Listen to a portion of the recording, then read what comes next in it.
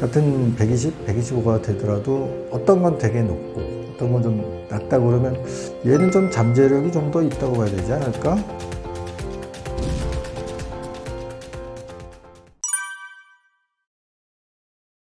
초창기에는 높은 지능 지수를 이제 보여드렸을 때 이제 잘 수용이 안 되거나 놀래거나 이제 그런 사례가 많았는데, 그래도 이제 제가 활동을 뭐 이래저래 한 15년 이상 하다 보니 이제는 뭐 어느 정도 제 동영상이나 아니면 저희가 운영하고 있는 카페에서 혹은 제가 쓴 책을 읽고서 찾아오는 사례들이 많아서 그분들은 이제 뭐 어느 정도는 놀라지 않고 진짜 그랬군요, 그런 것들 때문에 내가 한번 확인하러 왔는데 정말 그랬군요, 뭐 이런 반응들이 좀 많고요. 인터넷이 확실히 동영상, 특히 우리 유튜브 동영상이 확실히 좀 전달력이 넓은 것 같아요. 그러다 보니까 요새는 조금은 그렇게 진짜 초창기에 만나서 이제 학교 생활이 되게 어려워가지고 찾아온 그런 분들보다는 조금은 이제는 혹시나 애가 영재가 될까? 제가 말씀드린 여러 가지 특징들이 우리 애들한테 특징이 나타나는데 그렇기 때문에 영재가 아닐까? 먼저 이렇게 한번 확인차 오시는 분들도 꽤 많습니다. 그런데 이제 지수가 그렇게 높게 나오지 않으면 사실 좀 실망을 하지 않을까? 약간 그런 걱정은 되는데, 그렇다 하더라도 아이가 좀 별다른 특성이 있으면 그래도 한 번 정도는 꼭 저한테 지능 검사를 받지 않아도 되거든요.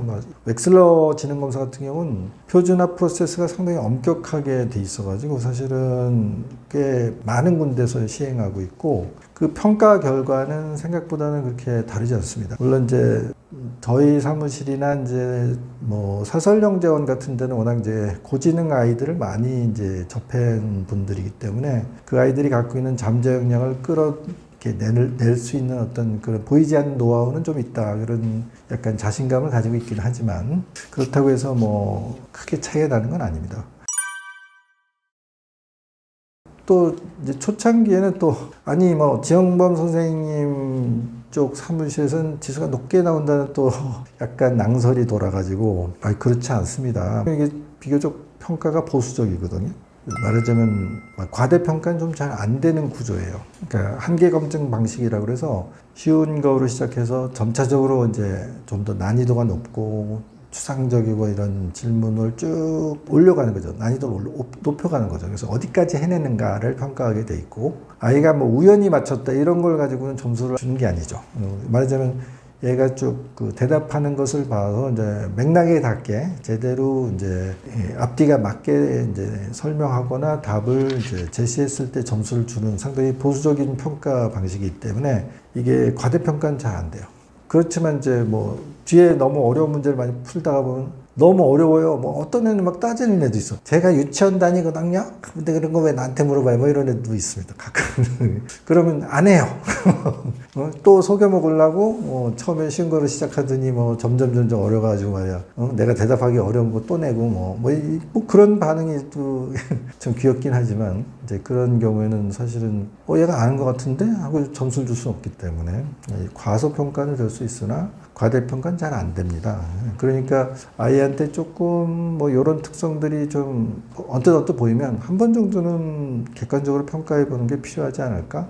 그리고 이제 같은 지수라도 잠재력이 큰 아이들은 프로파일 곡선이 삐쭉빼쭉해요. 어떤 부분은 이제 반응이 신통치 않거나 아니면 확실하지 않으면 답을 안 하거나 그럴 수도 있거든요. 아이들이 물론 이제 잘 유도해서 아이가 이제 풀만한 문제는 다 한번 능력을 발휘하도록 이렇게 유도를 해야 되긴 하지만 이제 지능이 높은 애들이 약간 완벽주의 이런 게 있을 수 있습니다. 그러면 이제 확실하지 않으면 대답을 안 해. 아니면 모르겠다고 그냥 대답을 거부한다. 그런 경우가 있어요. 그리고 뭐 약간 속도가 필요한 문제들이 있는데 그때는 지나치게 신중해져가지고 두 번, 세 번 확인하고 답을 하는 뭐 이런 경우는 이제 시간을 깎아먹으니까 보너스 점수를 못 받죠. 그러면 과소평가가 될 수 있습니다. 그래서 프로파일을 좀 잘 보고 삐쭉빼쭉하면 이게 좀 숨겨져 있는 잠재력이 더 있겠다 이렇게 제가 설명을 드리죠. 그리고 그래도 이제 나이가 들수록 되게 비슷한 점수가 나오고요.